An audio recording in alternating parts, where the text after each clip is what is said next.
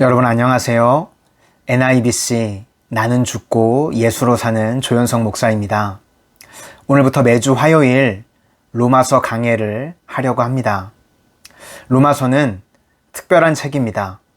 성경 66권을 반지에 비유를 하면 그 반지에 박혀있는 보석을 로마서라고 표현하기도 합니다. 우리가 잘 알고 있는 어거스틴, 마틴 루터, 잔 칼빈, 잔 웨슬리 같은 사람들이 모두 로마서 말씀을 통해서 변화되었습니다. 로마서는 한 개인, 가문, 나라를 변화시키는 능력이 있는 말씀입니다.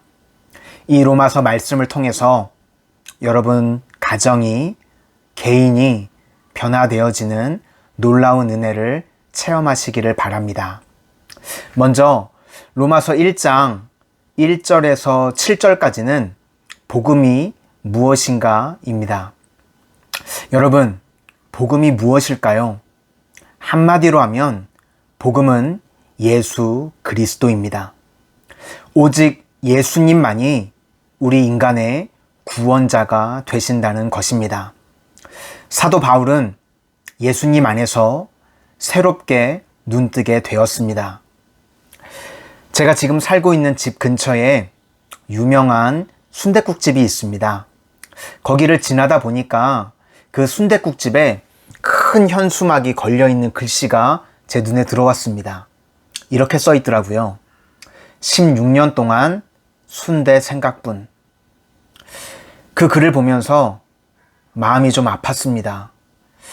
취미생활이라도 좀 가져보시지 어떻게 20년 가까이 순대 생각만 하셨을까?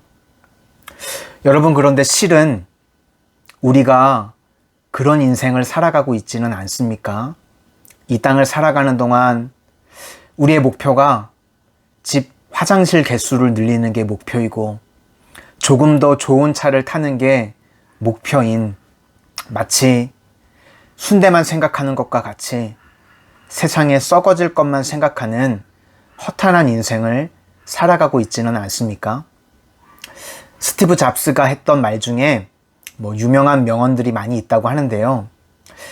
펩시콜라에 있었던 존 스컬리라는 사람을 스카우트할 때 그런 이야기를 했다고 합니다. 당신은 평생 설탕물만 만들다가 인생을 끝내시겠습니까? 아니면 나랑 같이 세상을 변화시키는 일을 해보시겠습니까? 사도 바울은 예수님으로 인해서 그의 생이 바뀌게 되었습니다. 여러분 인생도 예수님으로 인해서 새롭게 눈뜨는 인생들이 되실 수 있기를 바랍니다. 다음으로는 8절부터 17절까지인데 자세에 관한 내용입니다. 복음의 빚진 자라는 것입니다. 여러분, 교회는 교육기관이 아닙니다. 또 교회는 구제기관도 아닙니다.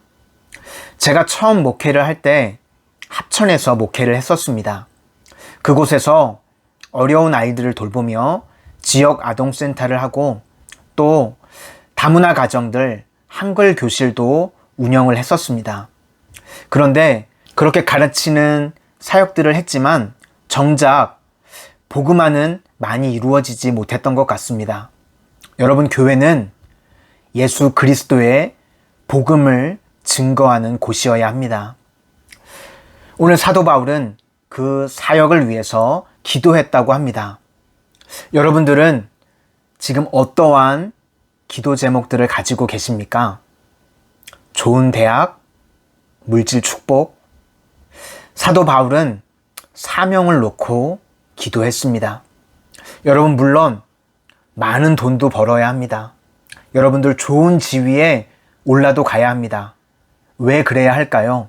그것으로 인해서 그 물질로, 그 지위로 하나님께서 주신 사명을 감당하기 위해서 그렇습니다. 나에게 맡겨주신 사명을 감당하기 위해서 여러분들 기도하시고 그 기도의 응답을 받으실 수 있기를 바랍니다.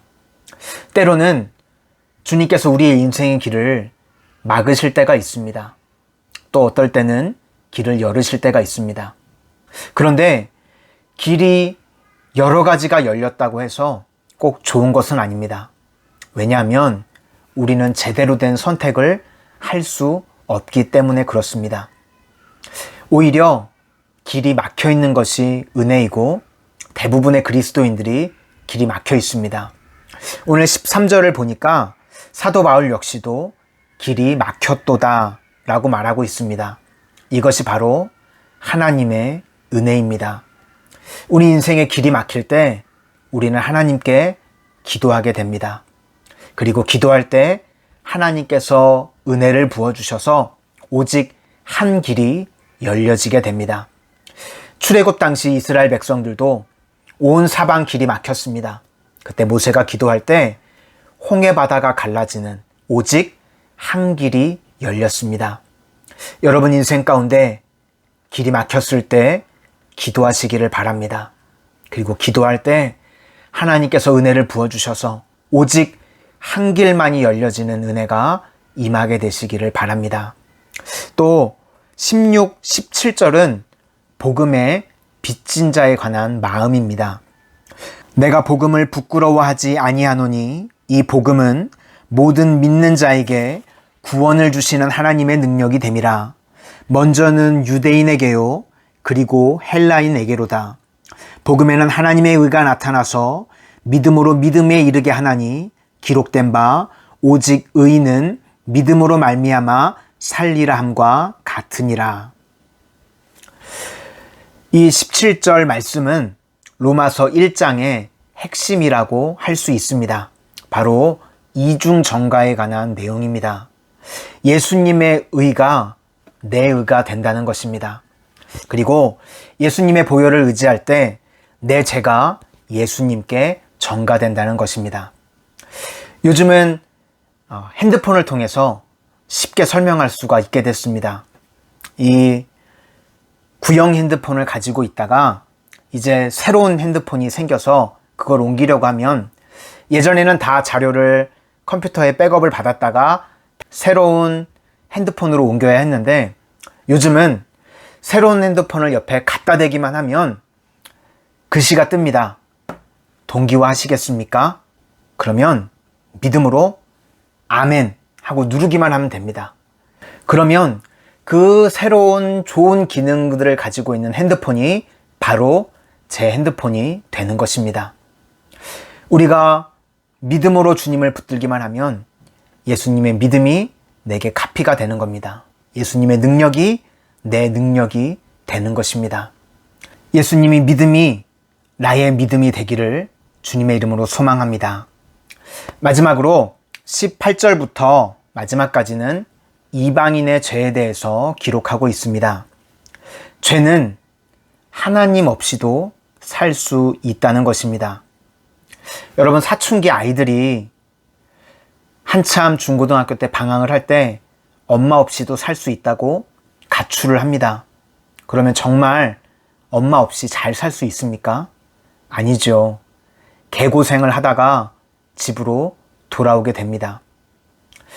세상에 많은 사람들이 하나님 없이도 살 수 있다고 생각합니다. 그런데 예수님을 몰라도 우리 마음 가운데 죄책감이 있습니다. 요즘 시대를 중독의 시대라고 하지 않습니까? 왜 이렇게 사람들이 중독될까요? 바로 마음 가운데 있는 죄책감을 잊고 싶어서 그렇습니다. 내 마음의 죄책감을 지우기 위해서 술에 중독되고 게임에 중독되는 허황된 인생을 살아가게 되는 것입니다. 우리 모두는 예수님께 나와야 합니다. NIBC 나는 죽고 예수로 살 때 예수님의 능력이 저와 여러분의 능력이 될 줄로 믿습니다. 기도하겠습니다. 사랑의 주님, 사도 바울과 같이 저희들 인생 가운데 새롭게 눈뜨게 되어지고 또 예수님의 능력이 저희들의 능력이 되어지는 은혜의 삶을 살아가게 하여 주시옵소서. 예수님 이름으로 기도드립니다. 아멘.